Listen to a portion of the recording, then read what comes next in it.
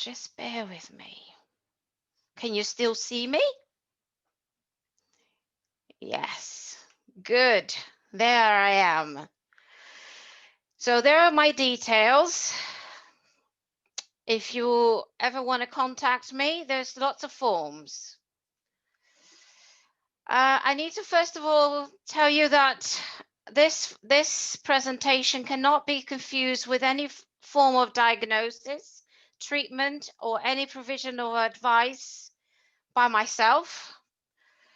I also offer no guarantees that this is fully accurate, free from error, omission, or complete or fully up to date. I try my best. Now, we are going to talk about difficult things. And I do think that this is very important to talk about initially. My heart goes out to you if your need is urgent. And if you do have or feel any suicidal thoughts at the moment, I urge you to talk to somebody about it. It's very important that you tell somebody, your GP especially, but if you can't wait, please contact the Samaritans or Shout. Shout is a text service just like the Samaritans. And if any of the issues that we discuss here today raises as any suicidal thoughts, please take note of these numbers. This presentation will be shared with you, so you will have the numbers. Lorna will be sharing this with you afterwards. Okay. Now, COVID-19, symptoms of stress. This is a really unique time, and it's an unprecedented time. And it's a roller coaster of emotions. And I feel that the emotions here that we talk about have been caused by lots of changes in our routine, often dictated by the government. And it's making us feel stressed, anxious, low in mood, helpless, feeling hopeless, feeling frustrated, feeling angry, feeling overwhelmed. And all of this is making us feel traumatized. When you feel traumatized, there's a theory behind this. And I'd like to share this theory about traumatized with you. When you talk about, oh, I just realized this is here. I want to take it off so you can read it properly. With COVID-19, some people have lost people because of COVID-19. And my heart goes out to you for those who have lost someone. And I'm terribly sorry if you're one of those, if you have lost someone close to you.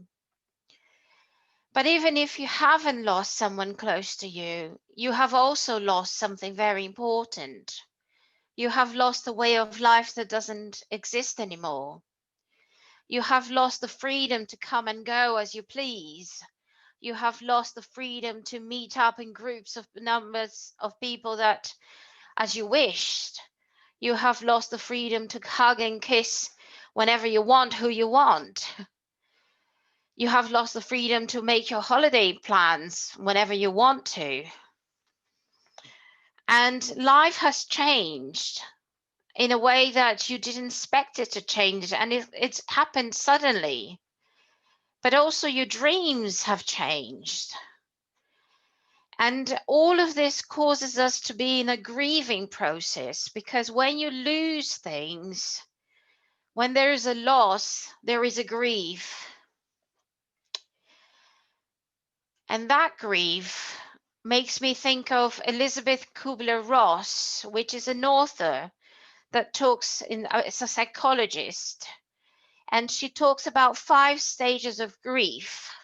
You can summarize it with if it reminds you, if DABDA is an easier way to remember, because the first one is denial. Denial helps to manage the initial shock. So a lot of people at the moment don't believe that COVID is there to actually, it's there. A lot of people are protesting about not wearing masks, or they think it's conspiracy theory from the government that COVID doesn't exist. And maybe those people, maybe they're right, I don't know. But a lot of people might think that because they're on a denial phase. The anger, we get very angry that this is happening to us. When you get to the bargaining phase, you might think, well, maybe this is happening, but maybe we can negotiate only having the rule of 6. We can accept it if, I don't know, if we can accept it if, I don't know, you have to negotiate that with yourself. When you get to depression, that can be a very long stage sometimes. And that's when I recommend that counseling is a good time. If it becomes a very long time to be depressed about it. And I think depression is tough to get over it, but help is at hand. And then you get to acceptance.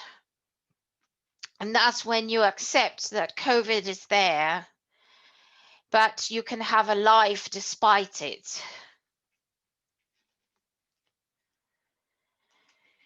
Now, how do you move on? How do you accept it?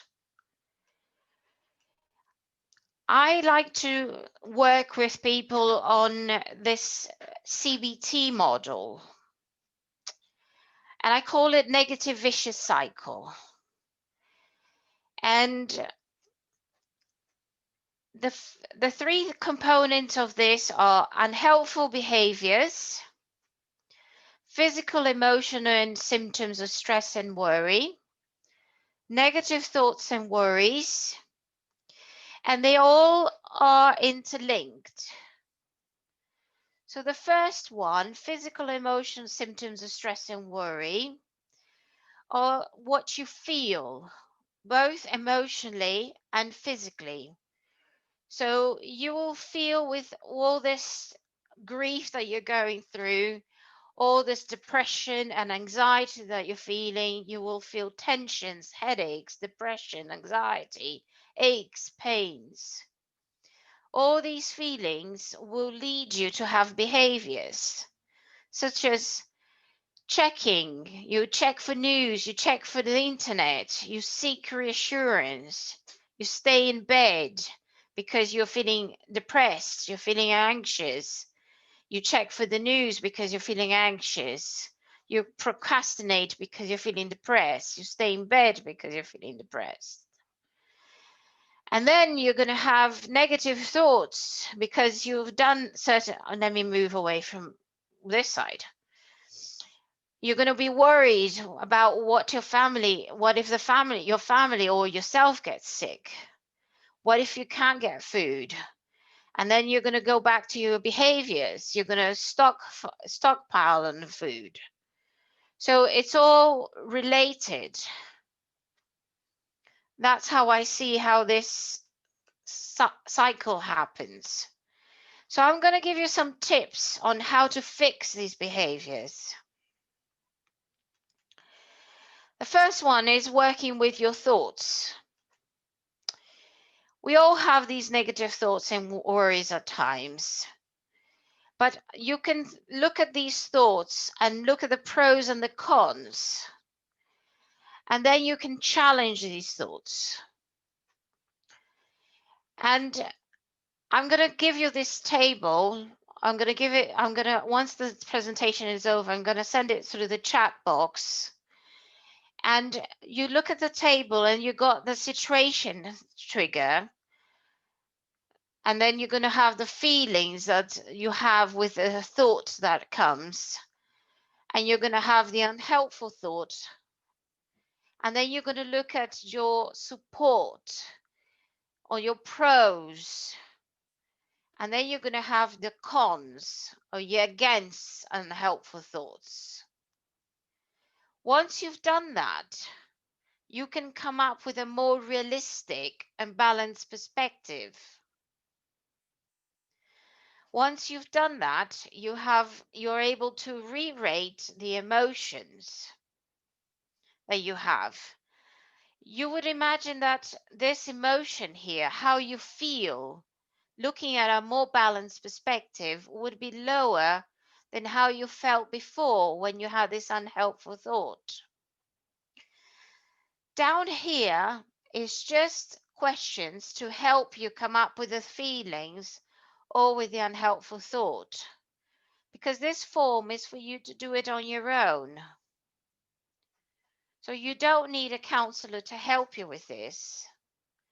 This is something that you can do it by yourself. So I'm going to leave it with you, something that you can do it and help you with the thoughts, and it should make you feel better. The other way of looking at this is through your behaviors. Lots of our routines and our behaviors have been changed by the government. But we all need to have a balanced life, and that has been changed at the moment. We can't do what we used to do and how we used to do it. So having pleasurable activities has been changed. Having our routine activities has been changed. We still have to do our necessary activities, such as paying bills and taking our medication, for example. The way I look at our activities is in a hierarchy way, going from the easiest way to the most difficult activity. Because if you haven't been doing what you used to do, one, because you might be depressed, but two, because of COVID, it's nice to be putting them in an order again and starting from scratch. So routine activities are their everyday chores. Pleasurable activities are any enjoyable activity. This is where you might need to adapt them to the new circumstances that we live in. But you still need them in life. So making adaptations are important. And necessary activities, you still need them. You need to do them, and they have a deadline. It's like paying bills. You still need to pay your bills. So I've created here a few boxes for you to complete. And you will start with the easy activities. You put them on the side, and you go from the easiest to the hardest ones. And then you put them in the diary, your weekly diary. Once you've done that, it's a lot easier to look at how you're living your life or how you would like to live your life. And you don't have, if you're not doing them, you can understand why it's important to do them, because you will feel better for achieving something. And that will make you feel better as a goal in your life. And once you feel better, your thoughts will be clearer and you will think, oh, I have achieved that. So it will feed into that cycle that we spoke about. Now, into that cycle, there was also emotions. Now, emotions, it's interesting. I like Van der Kolk because he talks about the brain. Don't worry about these names, but it's just to give you some reference that I'm not talking about nothing, about just out of my mind. He talks about two systems in our brain, the limbic system and the front lobes. Front lobes right here, limbic system in the middle of the brain. Front lobes control our reason. Limbic system control our emotions. When we have a trauma or a shock, and COVID-19 fits in that category, front lobes are no longer in charge, which means we're working just on emotion. And we need to reconnect the frontal lobes so that we can think clearly and make decisions. So I have a few techniques. These are called grounding techniques. And these techniques are very easy to use. For example, you can take 2 deep breaths and count. So you do deep breath, second deep breath, and then you count at eye level 5 objects in the room and describe them to yourself. That's a cognitive activity. That brings you back into the frontal lobe activity. And it's so easy to do. And that's just bringing you back into that cognitive way of thinking. And you can use that for anything, any situation that you're anxious.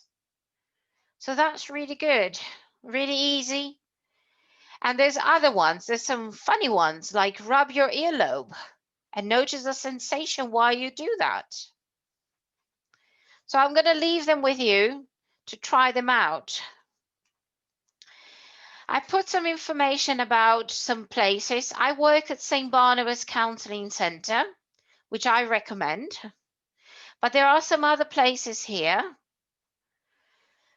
that are good quality services. And there's some information about my service here that you might want to read about. There's some information about me. There's the 2 authors that I talked about.